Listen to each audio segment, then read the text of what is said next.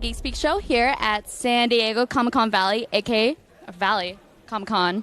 I was like, San Diego's my hometown. I'm like, why am I saying Valley? I'm like mixing up everything. Gosh, we might be in the Valley. You had me tripping for a second. I'm not going to lie. I was like, I mean, this is our Valley, I guess, since it's a huge room. But this is the home, the Mecca. It is. And if you guys don't know who we're talking to, this is Cody.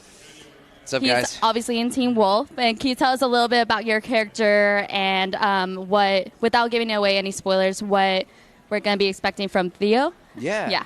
Theo's been a blast to play. It really has. Just the character evolution, the developing arcs, I just feel like season by season, segment by segment, we've seen a different side of this guy. So what I'm really excited about, what we got our hands dirty with going into 6B, was exploring a new side of Theo.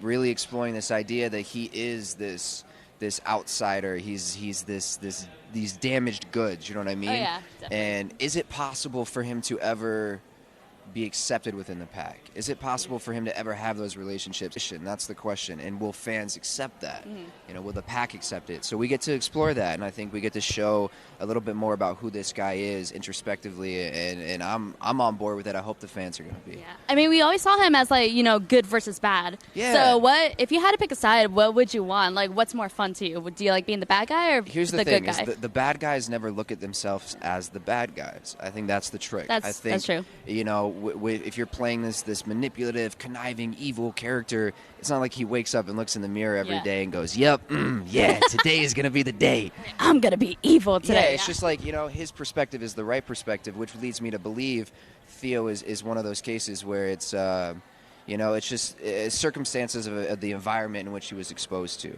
That's what really, that's what I think about, is like, what has this kid gone through to be the way that he is? He's just misunderstood.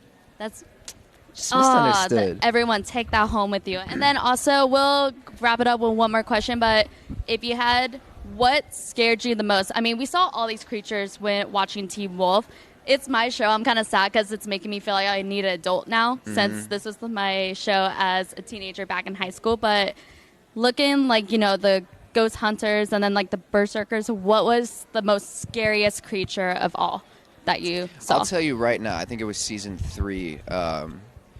It didn't scare me the most, but the image that just popped into my head was, you remember that character, the Mute?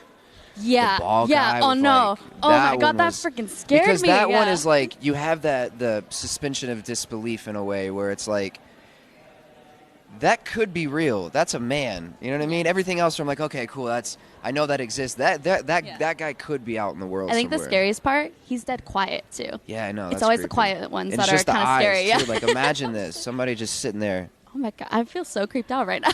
Just watching you, not saying anything, just staring. Yeah, that's scary. That is an example of scary right here, and he's still staring at me, isn't he? Oh my God. It's creepy, yo.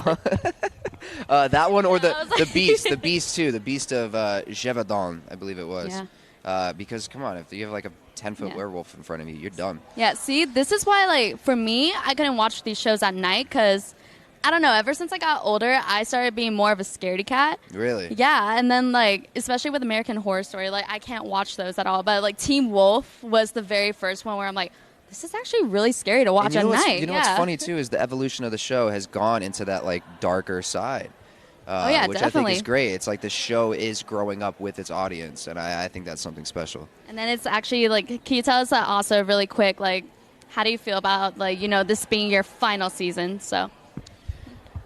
You know what I mean? It's this show is something special to me, and I haven't been around for 6 seasons, so I couldn't imagine what some of the others are going through. But just the short amount of time that I've been blessed with to be on this show, to work with the other individuals, the creatives, to give this character life, it's hard. It's hard to say goodbye. But what I'm grateful for is having this experience. 'Cause as I move forward in my career, I have this substance and this foundation to take with me, and for that I couldn't be more grateful. Oh my God! It's a little difficult, but I know if I've had this experience before, it lets me believe that it's possible to achieve it again.